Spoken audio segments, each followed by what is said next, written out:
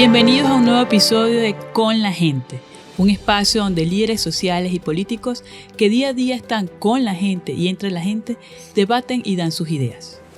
Hoy vamos a hablar de un dilema que escuchamos a diario: la cárcel o el exilio. ¿Es un dilema la cárcel o el exilio en Venezuela? ¿Es solo las dos opciones que le quedan a los dirigentes políticos, a los dirigentes sociales, buscar estas opciones, la cárcel, el exilio? O lamentablemente también en muchas ocasiones, por muy dura que suene, la muerte. Y hoy, precisamente hablando de la cárcel o el exilio, ese dilema que se debaten miles de dirigentes políticos y que además los enfrentan. Tenemos más de 900 presos políticos en toda Venezuela y exiliados miles, porque no solo quiero hablar de esos exiliados por razones políticas, también están por razones humanitarias, que hoy estamos viendo las consecuencias de más de 25 años de un sistema socialista que lo que trae es hambre y miseria a la población. Y por eso hoy tengo dos grandes invitados que nos van a hablar de este dilema porque lo viven en carne propia: la cárcel o el exilio. Me acompaña Dani Toro. Él es profesor universitario, especialista en estos temas del exilio y además es el director del Centro Estratégico para el Derecho a la Asociación, el SECA, si mal no recuerdo. SEDA. Y nos acompaña también Daniel Madrid. Él es miembro de 20 Venezuela en el Estado portuguesa y además de eso activista social y político, y que vive en carne propia la cercanía de la cárcel, porque es el mejor amigo de María Oropesa. María Oropesa, como ustedes saben, una dirigente del Estado portuguesa, la coordinadora de 20 Venezuela en el Estado portuguesa. De hecho, una amiga personal, ahorita hablábamos, que quien se debatía eso de su mejor amigo, ¿no? Porque realmente ella tiene muy grandes amigos y eso hay que recordarlo. Entonces vamos a hablar de eso, del exilio y de la cárcel, lo que viven cercano a eso, ese drama, lamentablemente en lo que se debaten miles de venezolanos. Por eso tengo estos dos invitados de hoy.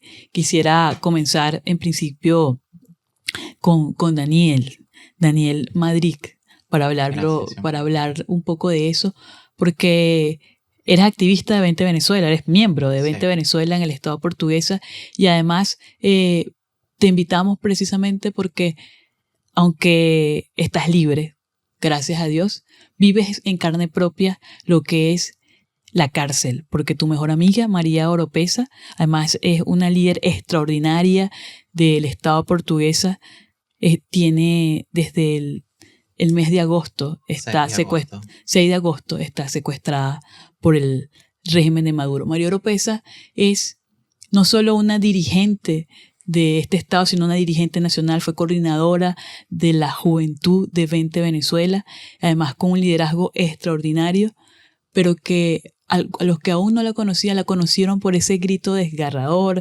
ese video desgarrador que vimos en vivo, una transmisión que se hizo viral porque todos fuimos testigos de este secuestro. Ahora, Daniel, quiero que con este debate primero de entre la cárcel y el exilio, donde miles se debaten entre eso, tú estás viviendo en carne propia la cercanía a la cárcel porque eres la voz de María Oropesa junto a su familia en Venezuela. Pero quiero que me cuentes algo mucho más personal. Ese video que todos vimos en vivo directo, el secuestro de María Oropesa, ¿cómo lo viviste? Porque tuviste esa transmisión en vivo y además estabas en ese dilema. Entonces, precisamente quiero hablar de eso porque hoy en nuestro país, muchos en vez de estar o ver que lamentablemente los liderazgos naturales, los verdaderos líderes de Venezuela, se están debatiendo entre la cárcel o el exilio, no en unas falsas elecciones. Hubo unas elecciones libres, no tengo duda que María Oropesa sería candidata y ganaría y arrasaría en el Estado portuguesa, pero en algo libre. No en una farsa electoral. Entonces, los líderes de verdad, lamentablemente, hoy están en la cárcel o en el exilio.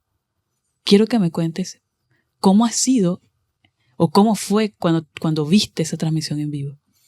Bueno, en primer lugar quiero darte las gracias, Xiomara, por el espacio, sobre todo para dar voz a lo que tú dices, algo que es muy duro, tanto como para las familias, como para los amigos de quienes hoy viven la cárcel, y también es muy duro el exilio. En el caso de María, pues que hoy se encuentra injustamente detenida en el Helicoide, siempre recordar uno de los centros de tortura más grandes de América Latina. Lo recuerdo muy claro porque además era muy tarde, por la diferencia horaria eran como las 3:30. Yo aún todavía permanecía despierto, estábamos todavía muy calientitos de todo lo que sucedía en Venezuela, estaba muy pendiente de las redes, me acostaba muy tarde pues pendiente de ello y también muy pendiente de lo que podía suceder en el entorno, porque era un secuestro tras otro. Sin embargo, yo incluso le había dicho a María días antes, siempre se lo decía, que se cuidara mucho, y ella me decía que estuviese tranquilo. Yo recuerdo haber visto que llegó un mensaje en un grupo en el que estábamos de WhatsApp del equipo, donde decía claramente que se la estaban llevando. Para mí fue paralizante porque era leer o recibir el mensaje que no creo que ni un amigo, ni una persona conocida, ni su familia quería ver o escuchar. Y se me paralizó, yo no sabía qué hacer. Dicen que lo está transmitiendo en vivo, yo sinceramente no pude verlo. ¿Por qué no pudiste verlo? No. O sea, ¿cuál fue el impacto para ti?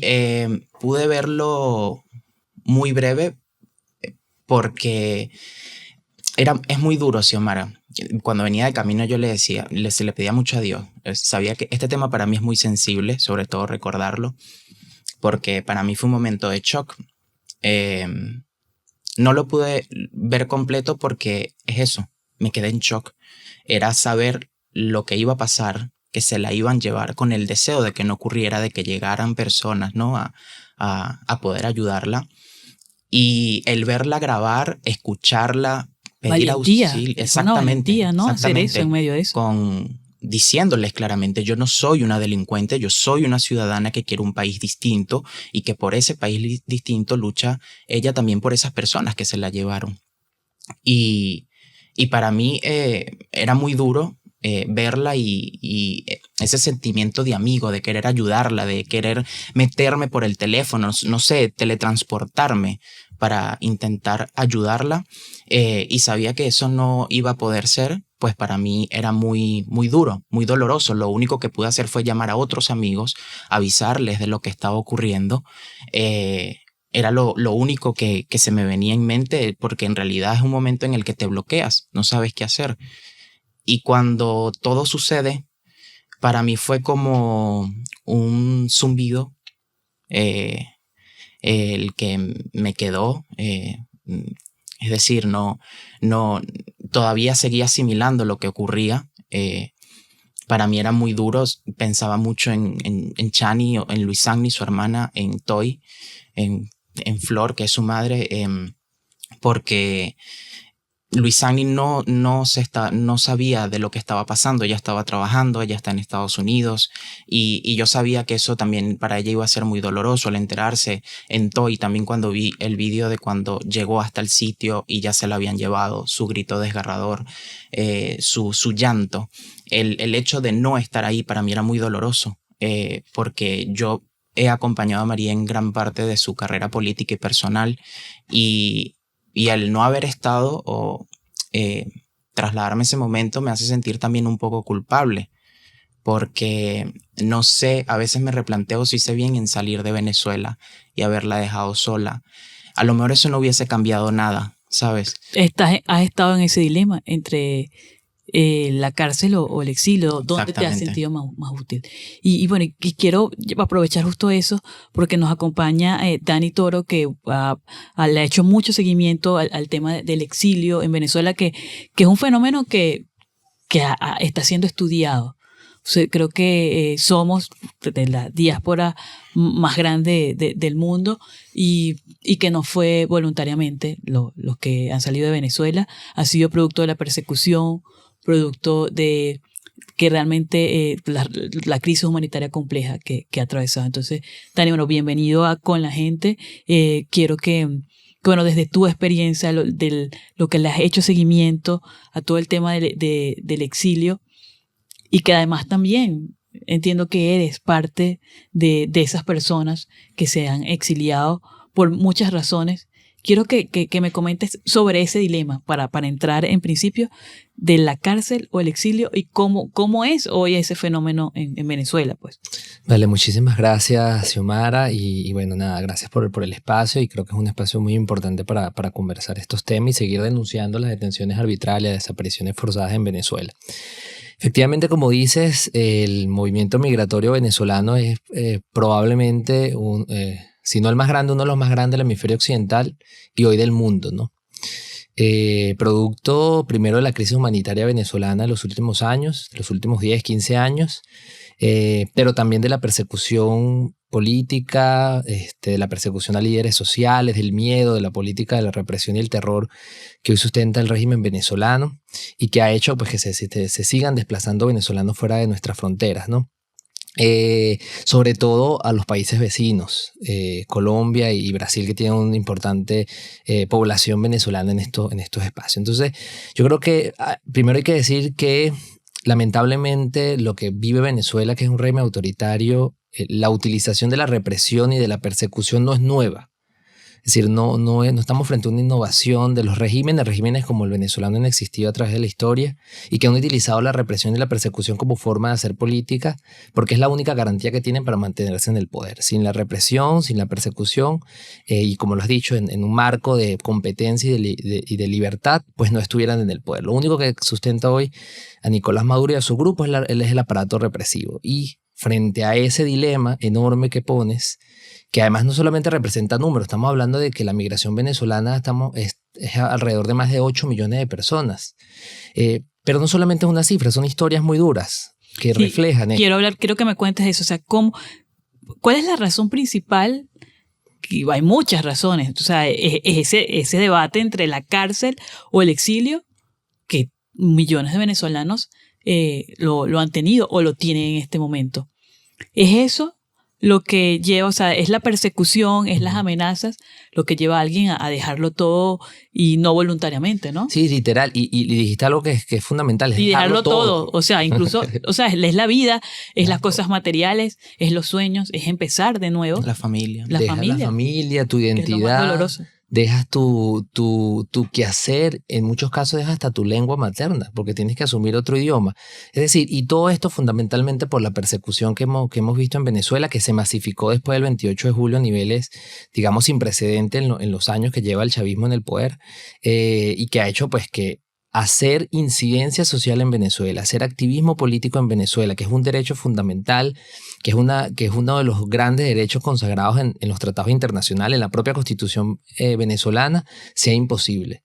Es decir, competir hoy, decir cosas que son incómodas para el régimen venezolano es algo imposible que te juega la vida. Hoy en Venezuela hay detenidos, no solamente dirigentes sociales y activistas políticos reconocidos, como el caso de María Oropesa, sino también tenemos personas detenidas porque sencillamente participaron en la elección del 28 de julio como demanda la Constitución, una exigencia ciudadana, ¿no? Como testigos de mesa, etcétera. O personas que han escrito algún tweet o alguna publicación en redes sociales y que han sido detenidos. No olvidemos que en Venezuela existe una ley contra el odio que es instrumentalizada por el gobierno para perseguir a personas, y en el caso de la sociedad civil, pues no es distinto. Es decir, el año pasado, en 2024, se aprobaron varias leyes que cierran el espacio cívico venezolano.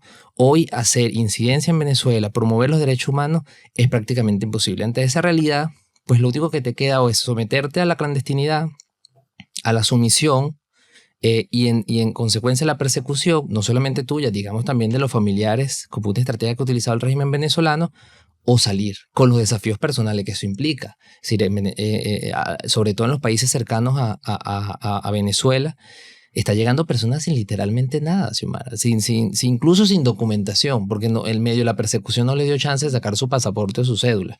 Y te toca integrarte a una sociedad que es totalmente distinta, en la que no tienes redes muchísimas veces, en la que no estás preparado, con todos los temas de regularización migratoria que enfrentamos los venezolanos y que sabemos en América Latina. Entonces sí, son historias muy duras y que al final te pregunta, ¿continúo o no continúo? Y es parte obviamente de estos dilemas. Claro, un dilema y hablaste de algo que muy, muy importante que no habíamos hablado, la clandestinidad. O sea, ya no es la cárcel o el exilio, sino también estar en resguardo o en la clandestinidad. Esos son los tres dilemas de los dirigentes políticos. El debate de un dirigente real que se opone al régimen de Maduro es la cárcel, el exilio o la clandestinidad. No hay otro. No es el debate entre participar o no participar en una farsa electoral, que vemos que eso ha estado hoy en el debate nacional, pero es que los verdaderos liderazgos hoy están exiliados en la clandestinidad o en el exilio. Es así. Y precisamente como nos acompaña Daniel Madrid, que es el del equipo cercano, o sea, es del equipo de María Oropesa, una líder del Estado portuguesa que lamentablemente lleva 8 meses secuestrada por el régimen de Maduro. Yo creo que esto no es un hecho aislado. No es un hecho aislado. María Oropesa, antes de su detención, de su secuestro, denunció la operación Tuntún. Y quiero que me hables un poco de eso, o sea, porque estamos seguros que el secuestro de María Oropesa no es un hecho aislado, no es solo por su liderazgo natural, ser un líder que levantó a ese Estado portugués, un Estado llanero, un Estado que, como muy bien ella siempre lo ha dicho, el granero de Venezuela, que históricamente había sido un Estado oficialista. Entonces, ¿crees que haya sido un hecho aislado? O sea, o es algo, por esa operación Tuntún que ella, horas antes de su secuestro, ella denunció? Yo creo que son varias las razones. Eso pudo haber sido un detonante, por así decir. Primero porque lo que ella denunció era una realidad y los expuso. Ese video se hizo muy viral y ese mismo día ocurrieron los hechos. Pero es que yo creo que además, es decir, el revolcón electoral que les dio María, el Estado portuguesa, a favor de Edmundo González, pues obviamente ellos también tenían que, de alguna manera, cobrárselas, ¿no? Porque ellos actúan así, como mafias, como terroristas que son, como delincuentes. Y obviamente es un trabajo que, como tú bien explicabas al principio, de María viene de años. Es decir, María no solamente es conocida dentro de nuestro partido, María es conocida dentro del Estado portuguesa por trabajar. Y en la región, en Latinoamérica, ya exactamente. Parte de varias organizaciones. María, hablando, digamos, exacto, en el país. María, como bien lo dices, ella tuvo una participación por el partido pues en Varsovia, ha estado en Ecuador, en Perú, en Estados Unidos. Es decir, ha hecho una labor bastante importante que ha hecho que su liderazgo pues tenga mucho peso dentro del Estado, tenga un reconocimiento. Y obviamente, más lo que sucedió el 28 de julio, pues obviamente lo puso en el lujo del huracán para el régimen. Es decir, María pues ha trabajado durante muchísimos años, es cofundadora del partido y desde el minuto 1 que ingresó en 20 empezó a trabajar no solamente por una estructura para levantar un partido, sino también por querer un país libre. Y pues al tú levantar una estructura, un equipo, al articular una fuerza como la que creó en el Estado portuguesa, pues lógicamente pues para ellos eso se convierte en una amenaza automáticamente. Y pues allí vemos las consecuencias de los líderes de nuestro partido y de otros partidos que pues hoy viven lo que vive María. Entonces yo pienso que la denuncia de la Operación Tuntún, más todo el trabajo político que ha hecho María Oropesa dentro de Venezuela y fuera por la libertad de Venezuela, pues obviamente para ellos era un hecho del cual María, pues para ellos no se les iba a escapar, por así decir. Claro, y has hablado algo que quiero conversar ahorita con Dani, el tema del trabajo que incluso ella hizo fuera. Entonces, el exilio, hablando del exilio. Aún estando en el exilio, ¿se puede seguir luchando por la libertad de Venezuela? O como muchos lo han dicho, sabemos que no es así. Se habla de un exilio dorado, que no es dorado, porque lo sabemos. Hoy son miles los dirigentes políticos, los dirigentes sociales que han salido, como lo dices, sin nada, sin ropa, sin documentación. Y cuando tienes todas esas carga emocional, carga familiar, ¿crees que desde el exilio se puede seguir luchando por Venezuela o hay opciones para seguir luchando por Venezuela? Mira, Xiomara, eso es muy importante con relación, por ejemplo, a ese exilio dorado. No hay nada más solitario, frío y complicado que el exilio. Es decir, porque estás en un ambiente que no es el tuyo, que te toca aprender nuevas cosas que no estaban en tu cotidianidad en Venezuela y te toca de alguna otra manera echar para adelante en un contexto muy adverso, que en algunos casos se traduce con xenofobia, en otros casos con dificultades económicas. Es un dilema muy, muy grande y que no solamente lo viven los venezolanos, sino hoy la población migrante alrededor del mundo. Entonces es muy duro el tema psicológico, el duelo. La gente a veces no sabe que emigrar también es un duelo. Y es un proceso que tú tienes que ir aceptando y tienes que ir trabajando en consecuencia. Entonces tiene unos desafíos enormes. Ahora, esa pregunta que me haces es que si es posible continuar, y es fabulosa porque a veces uno se debate eso. Salgo de Venezuela y ahora ¿qué hago? ¿Qué voy a hacer? ¿Hacia dónde voy? Y yo creo que aquí lo más importante es mantener siempre presente que en cualquier espacio en los que nos encontremos, y fundamentalmente fuera, donde hay más márgenes de libertad, podemos y debemos seguir haciendo cosas por Venezuela, denunciando las detenciones arbitrarias, articulando con otras organizaciones, tanto de la diáspora venezolana como con otras migraciones, como las de los países que integran a estos venezolanos. Es decir, Venezuela ya dejó de ser solamente el territorio nacional que conocemos y que es fundamental. Venezuela tiene una diáspora de 8 millones de personas. Es decir, no es poca cosa. Es probablemente es más de la población de un país de Centroamérica, por ejemplo. Entonces hay que pensar también a Venezuela desde el exterior y ver cómo se logra articular espacios con instituciones de los países, seguir presionando a la dictadura de Nicolás Maduro. Y hay redes de apoyo, disculpe, o sea, hay redes de apoyo en este momento para hacer hablabas de la parte emocional, que sabemos lo doloroso que es dejar, yo no diría que dejar todo atrás, porque nunca vas a dejar a tu país, el amor que sientes por el país, el amor que sientes por su familia, eso no se deja atrás, eso está todos los días en los millones de venezolanos que han tenido que irse al exilio. Pero y se necesita redes de apoyo. O sea, háblame un poco de eso para luego conversar un poco de... Sí. Sí, totalmente. Y es parte, obviamente, es un desafío poder iniciar iniciativas fuera de Venezuela, pero las hay. Es decir, hay muchas organizaciones, probablemente en los países de mayor diáspora venezolana, pienso en España, pienso en Colombia, en Brasil, en Argentina, que son iniciativas de venezolanos que están buscando apoyar a los migrantes, que están llegando por razones políticas o humanitarias, porque no olvidemos tampoco, y esto es fundamental, que después que Nicolás Maduro cometió el fraude electoral del 28 de julio, hay una indicación enorme que siguen saliendo venezolanos y que hay una expectativa de que muchos venezolanos salgan, ¿no? Entonces probablemente estamos frente a otra ola migratoria. Hay muchas iniciativas que se están agrupando. Hace unos 3 semanas nació el Centro Venezolano-Argentino en Buenos Aires, y son muestras de que efectivamente, que aunque el exilio es muy duro y es muy solitario, sí me gustaría decirle a las personas que están fuera y que quizás sienten lo mismo, de que al final no estás solo, que también hay muchos venezolanos que están en tu situación y que si indagas un poco probablemente consigues a alguien que te entienda, que te comprende y que te pueda ayudar en este momento. Es así. Y fíjate que hablando acá también con Daniel Madrid, él es, como los he comentado, de todo el equipo cercano a María Oropesa, de su familia realmente. Cuando se habla del exilio hay una carga familiar hacia la familia bastante fuerte porque dejas a tu familia, pero cuando alguien está lamentablemente secuestrado y por un régimen como el régimen de Nicolás Maduro, también hay una carga emocional a la familia muy fuerte. Entonces quiero que me digas cómo, sé que tienes contacto directo con su familia, eres parte de la familia de María Oropesa, esa carga emocional, ¿cómo la están llevando? Porque María Oropesa, al igual que todos los presos políticos, no es una cifra, es un rostro, es una historia de vida.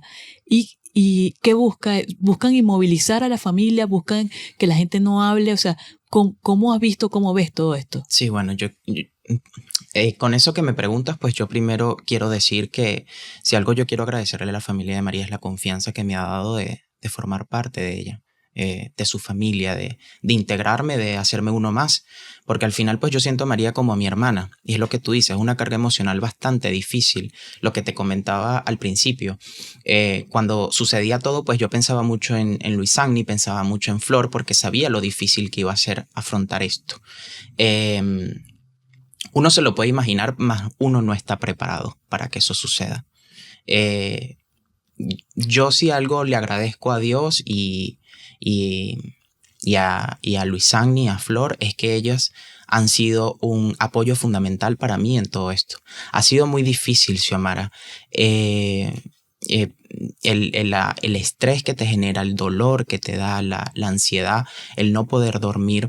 A veces yo me siento insuficiente en esa mano amiga que yo le quiero dar a ellos, ¿sabes? Y si el régimen buscaba eso, desmembrar a su familia, desarticularla o con lo que le hicieron a María fue todo lo contrario. Tú tienes a una familia de María mucho más unida, en la que en su casa, en su hogar, se hacen rezos, van vecinos, van amigos, van personas. Es decir, ellos lo que buscan, o si ese era su cometido, logran todo lo contrario. Es decir, nos tienen más unidos que nunca.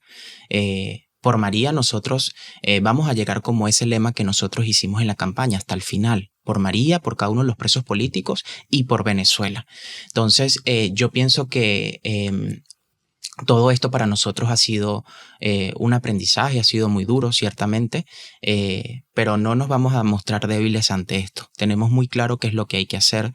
Su madre ha sido una mujer admirable, al igual que Luis Agni, defiende a su hija, sale a denunciar lo que le han hecho en el momento que estuvo en desaparición forzada, ha ido a las instancias que hagan falta. Su hermanita estuvo en Nueva York junto a varias instituciones de renombre, también llevando el caso de su hermana, y eso es de admirar. Es decir, a ellas nada la va a parar por denunciar lo que hoy le han hecho a María Oropesa, y pues obviamente a mí me tienen como un amigo, como un hermano más, como un hijo más, como un nieto más dentro de la familia de María, y yo estoy aquí precisamente pues siendo un brazo de apoyo, y que pues lo que van a encontrar en su familia y en sus amigos es que estemos más unidos y más fuertes que nunca. Es así, y es hasta el final, o sea, Así esta es. lucha es hasta el final. Ahora, para ir cerrando, sé que como este dilema o este debate entre la clandestinidad, la cárcel, el exilio es súper interesante y da para muchos más programas, pero queríamos justamente hoy conocer eso cercano, lo que ha sido lo de María Oropesa y el exilio en general, que, bueno, el exilio tiene muchísimos retos. ¿Qué le dirías, lo has estado hablando, ¿no? Pero ¿qué le dirías, Dani, a esas más de 8 millones de personas que están hoy fuera del país, pero especialmente a los que luego del 28 de julio han tenido que huir? Luego del 28 de julio han tenido que huir testigos, dirigentes políticos, personas de la sociedad civil. No se quedaron para una farsa electoral que está preparando hoy el régimen de Maduro y otros actores. Tuvieron que huir porque si no se iban a enfrentar a esto.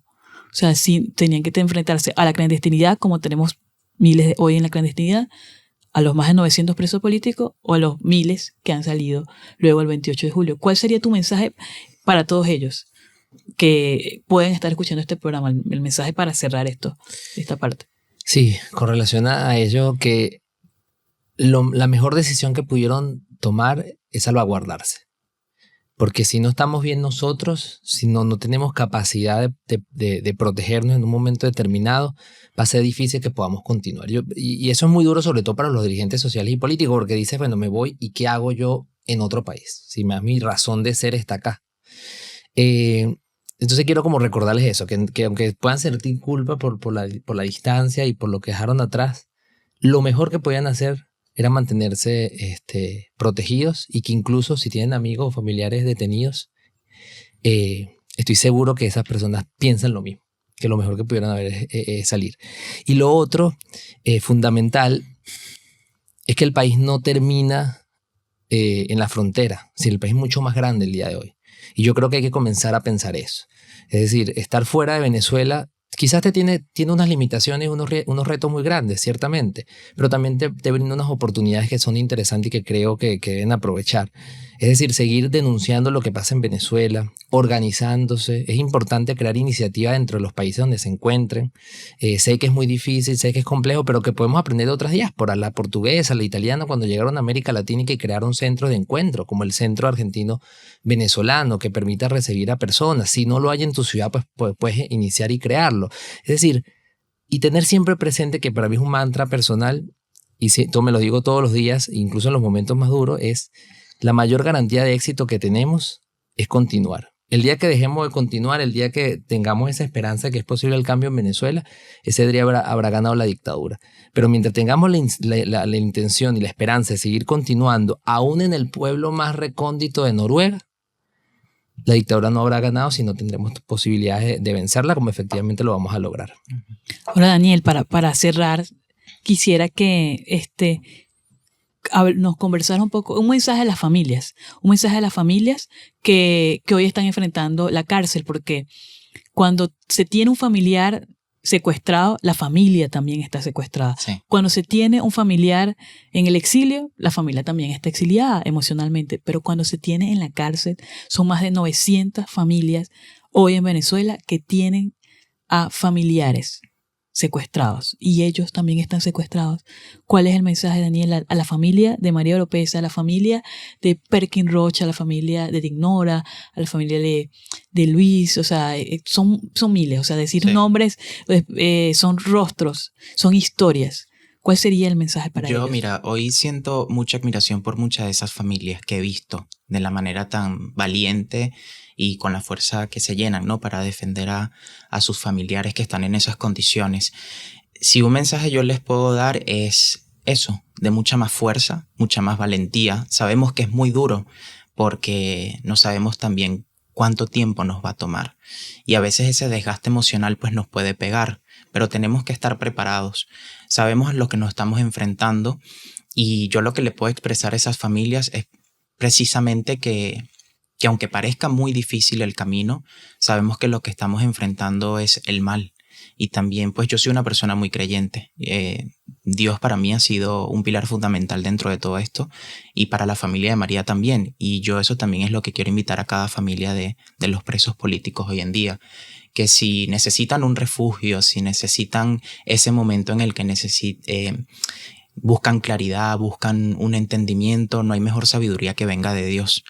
Y ese es uno de los principales pilares que yo llevaría como mensaje a cada una de esas familias y mantenerse unidos entre hermanos, entre padres, entre primos, entre abuelos, entre amigos, mantenerse en pie de lucha, siendo ellos ahora la cara de esas personas que están allí, ya que ellos no pueden hablar, que lo hagamos nosotros y que sabemos que es difícil porque es muy fácil hablar desde aquí y sabemos que ellos estando allá adentro también corren un riesgo, pero es ahora y yo creo que pues ese momento de si ellos tuvieron la valentía de asumir ese riesgo, pues nosotros también darles ese apoyo, porque tenemos que seguir luchando por la liberación de ellos, que es la liberación de Venezuela. Entonces, mi mensaje es eso, de unidad, fuerza y sobre todo pues que busquemos y nos apoyemos mucho en Dios. Amén. Y para cerrar este episodio de el dilema entre la cárcel o el exilio y la clandestinidad, porque no lo habíamos hablado, pero esos son los 3 dilemas de los liderazgos en Venezuela. Creo que hemos hablado hoy precisamente de la unidad que tenemos que mantener. Creo que los que están hoy en resguardo, en la clandestinidad, en el exilio o secuestrados, tenemos que mantenernos unidos. Porque hay algo que nunca van a poder exiliar, que nunca van a poder secuestrar y que nunca van a poder esconder. Y esa es la verdad. La verdad que el 28 de julio ganamos en cada uno de los municipios del país. La verdad en que hay una Venezuela que sigue resistiendo a pesar de la amenaza y la persecución. Eso nunca lo van a poder exiliar, nunca lo van a poder secuestrar y nunca lo van a poder esconder. La verdad. Así que nos vemos en el próximo episodio de Con la Gente. Seguimos hasta el final.